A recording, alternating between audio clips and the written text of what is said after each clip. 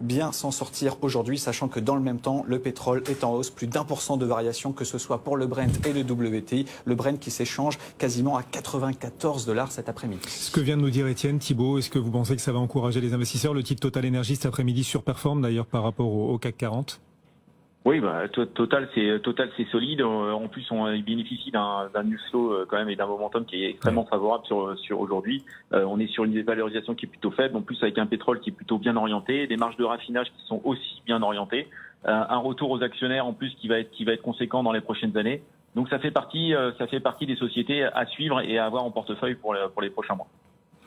Total Energy aujourd'hui gagne 1,5%, l'une des valeurs marquantes de l'après-midi, alors que le CAC 40, on vous le rappelle, a basculé légèrement dans le rouge depuis quelques minutes. Et cette question qu'on vous pose sur nos réseaux sociaux, OpenAI annonce de nouvelles évolutions pour ChatGPT, avec notamment un regard que pourra apporter ChatGPT désormais. Vous pourrez envoyer des photos de ChatGPT qui les analysera et vous répondra en fonction, etc., etc. Bref, de nouvelles évolutions. Et on vous interroge là-dessus, sur l'intelligence artificielle en bourse. Cette question sur notre fil Instagram BFM Bourse et notre fil Twitter.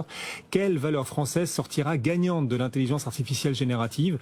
Plutôt Téléperformance, plutôt Capgemini, plutôt Publicis, ou aucune des trois? Vous pouvez bien sûr continuer de répondre et on commentera l'ensemble de vos réponses. Vous répondez quoi, Thibault, à cette question? Moi, j'ai plutôt tendance à aller sur Téléperformance. Pour l'instant, le marché ne me donne pas raison. Ah bah non, le titre perd 3,5 encore aujourd'hui. Ouais, tout à fait.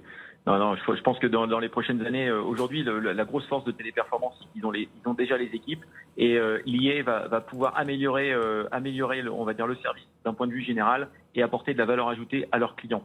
Et je pense que ça va être extrêmement favorable pour les marges pour les prochaines années sur Téléperformance. À contrario des ESN très classiques qui, eux, essayent de recruter ces dernières années, ont des problématiques de recrutement, donc ils sont plutôt en train de rechercher de l'humain. Et je pense qu'ils vont avoir cet effet qui va être plutôt négatif sur les marges dans les prochains mois et dans les prochaines années. Donc plutôt un top pick sur Téléperformance. Merci beaucoup Thibault François à nous accompagner depuis Fastea Capital. Il y a une autre valeur qui se distingue à la baisse aujourd'hui, Voltalia, qui lance un avertissement sur ses résultats.